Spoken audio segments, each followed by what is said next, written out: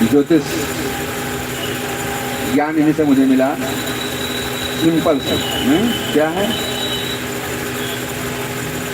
कोई व्यक्ति आए, आने के बाद पूज्य गुरुदेव 9 संख्या लिखो। महाराज लिख दिया, 9 अंक लिख दिया। 33 जोड़ दो, 33 जोड़ दिया। हाँ, 7 से विभाजन कर दो, महाराज इतना अंक आया। हाँ, उसके बाद बता देते कि अच्छा इसलिए आया है। मियाँ बीवी दोनों आपस में भिड़ गए।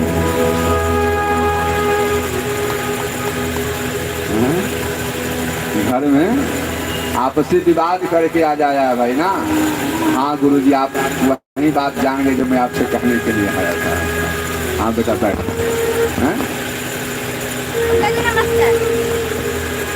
और हमारे गुरु भगवान शिव तो मर्मज्ञ हैं। नारद जी आए तो बोलने लगे, महाराज महादेव। बोले महादेव। और कैसे हैं? महादेव बोले अब तक आता था, झुक कर प्रणाम करता था, पैर छूता था ना। अब तक आता था, झुक कर प्रणाम करता था, पैर छूता था। अब क्या कर रहा है? अब दूर से ही पाला कि महाराज नहीं। अच्छा, आप मैंने देखा कई लोगों को नहीं उतने दूर रहेंगे, पालेगी। अब समझ नहीं समझ में नहीं आता कि वो झापर उठाया है मारने के लिए, ये हाथ उठाया है प्रणाम करने के लिए ना, है ना।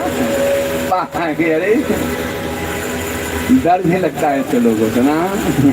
अरे पैर छुए तो समझ में आया कि हम पैर छू रहा है, प्रणाम कर रहा। अब ऐसे हाथ उठाया, क्या पता पैर छूने के लिए कि झापर उठाया है। पहले ना हमारे यहाँ परंपरा थी, पैर को छूते झुकते थे। व्यवस्था आई, पैर को छोड़ कर लोग घुटने पे पहुंच गए। घुटना मत छूना किसी का। बहुत लोग देखते हैं आगे घुटना भी छू जाते हैं।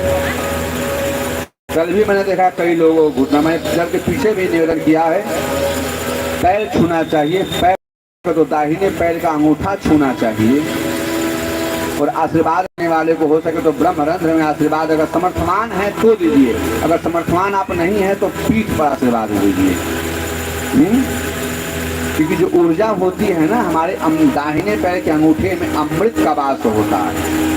तो आप जब छूते हो ना, अंगूठे को जब छूते हो ना, तो ये जो भाग है ना ये ग्रहण करता है। ये जो भाग है, हाँ, ये भाग ग्रहण करता है। ये जो भाग है ये उदर है, पचता है उदर। और यहाँ से प्रवाह होता है, निकलता है।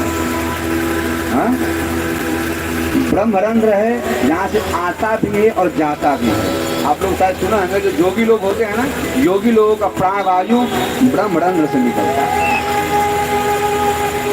तो किसी को पैर छुए आप लोग, घुटना छूते हो ना, आपका राहु खराब होता है और आप भ्रमित होते हो। कथा कितना भी सुन लो, कथा कितना भी सुन लो, कथा का कोई प्रभाव होने वाला नहीं है। क्योंकि आप खुद ही आकर के राहु ले जाते हो और राहु आपकी मति को भ्रष्ट कर देता है, बुद्धि को भ्रमित कर देता है। वो कथा यही की यही रह जाती है। आप खाली आए थे और खाली ही जाते हैं।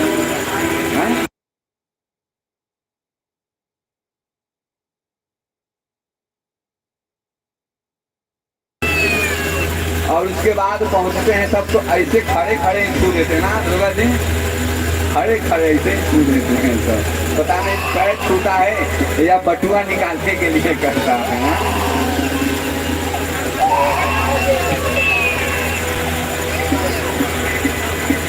आप जाएं तो किसी के यहाँ ना, अगर आपसे वो बड़े हैं तो झुकिए, हो सके तो साष्टांगम प्रणतोष, साष्टांग दंडवत कीजिए। साष्टांग नहीं कर सकते हैं तो पैर छू करके झुक करके प्रणाम कीजिए। और आपको एक और निवेदन करूं महिलाओं के लिए,